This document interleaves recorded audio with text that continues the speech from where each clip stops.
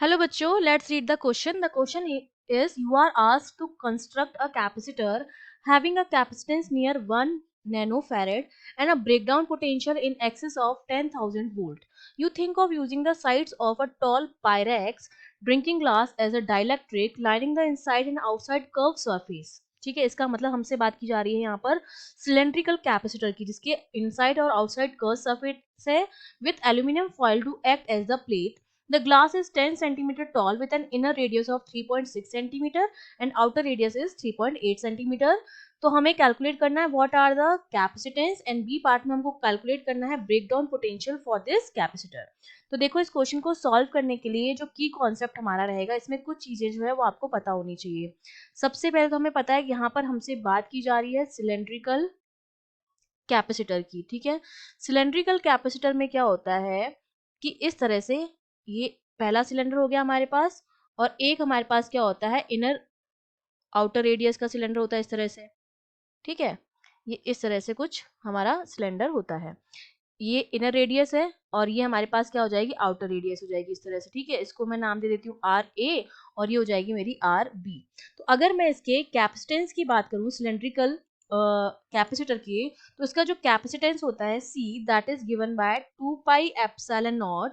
और अगर इसके अंदर हमने कोई डाइलेक्ट्रिक फिल कर रखा है तो डाइलेक्ट्रिक कांस्टेंट भी आएगा एप्सिलॉन नॉट के साथ. तो ये हो जाएगा K और ये हमारे पास आता है ये value and L upon log base e B upon A आता है R B upon R A, जहां पर आर ए और R B outer inner radius है. एल क्या है लेंथ है उस सिलेंडर की ये वाली जो हमको गिवन है 10 सेंटीमीटर. एप्सिलॉन नॉट जो है वो क्या है परमिबिलिटी है वैक्यूम के एयर की और के जो है वो डाइलेक्ट्रिक कांस्टेंट है.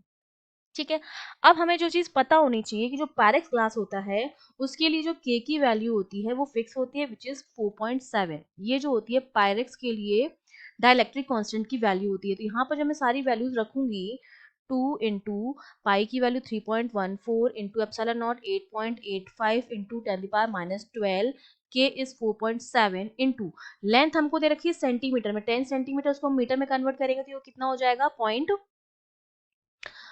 हो जाएगा. ये हो जाएगा 0.10 एंड डिवाइडेड बाय इसको हम डिवाइड कर देंगे लॉग बेस ई और रेडियस जो हमको वो भी सेंटीमीटर में गिवन है तो ये हो जाएगा 0.038 अपॉन 0.036. ये सारी वैल्यूज रख के जब हम सॉल्व करेंगे तो सी की वैल्यू जो आती है वो ऑलमोस्ट इक्वल आती है हमारे पास 0.7 इंटू 10⁻⁹ फैरेड के, जिसको मैं लिख सकती हूँ that C is almost equals to 0.7 और 10⁻⁹ को नैनोफेरेड लिख सकती हूँ. तो ये मेरे पास क्या आ गया कैपेसिटेंस आ गया है.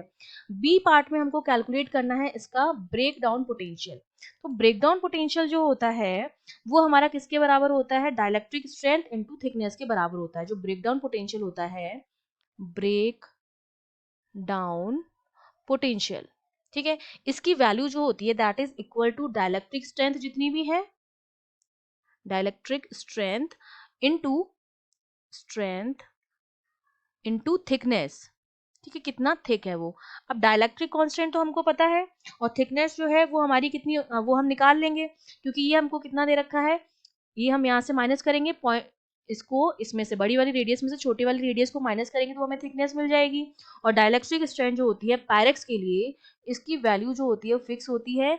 वो हमारे पास कितनी होती है 14 किलो वोल्ट पर mm. ये जो होती है वो डाइलेक्ट्रिक स्ट्रेंथ होती है डाइलेक्ट्रिक स्ट्रेंथ फॉर पायरेक्स. ठीक है, स्ट्रेंथ. तो यहाँ पर वैल्यूज रख देंगे तो ब्रेक डाउन जो पोटेंशियल हो जाएगा वो हमारा कितना हो जाएगा ये हो जाएगा 14 किलो.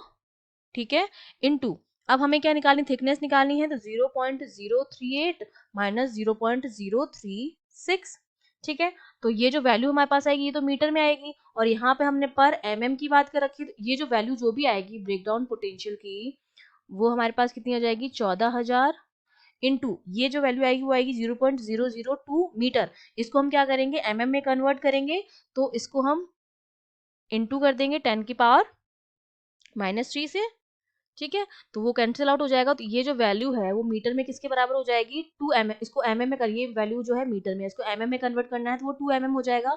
तो ब्रेकडाउन पोटेंशियल जो आएगा वो कितना आ जाएगा 14,000 इंटू 2 इंटू mm. तो ये अपॉन mm कैंसिल आउट हो जाएगा, पर mm होता है हमारे पास स्ट्रेंथ, ठीक है। तो ये ब्रेकडाउन पोटेंशियल हमारा कितना आ गया है, ये आ गया है 28,000 वोल्ट, या जिसको मैं 28 किलो वोल्ट लिख सकती हूँ। ये हमारा क्या आ गया, ब्रेकडाउन पोटेंशियल आ गया है।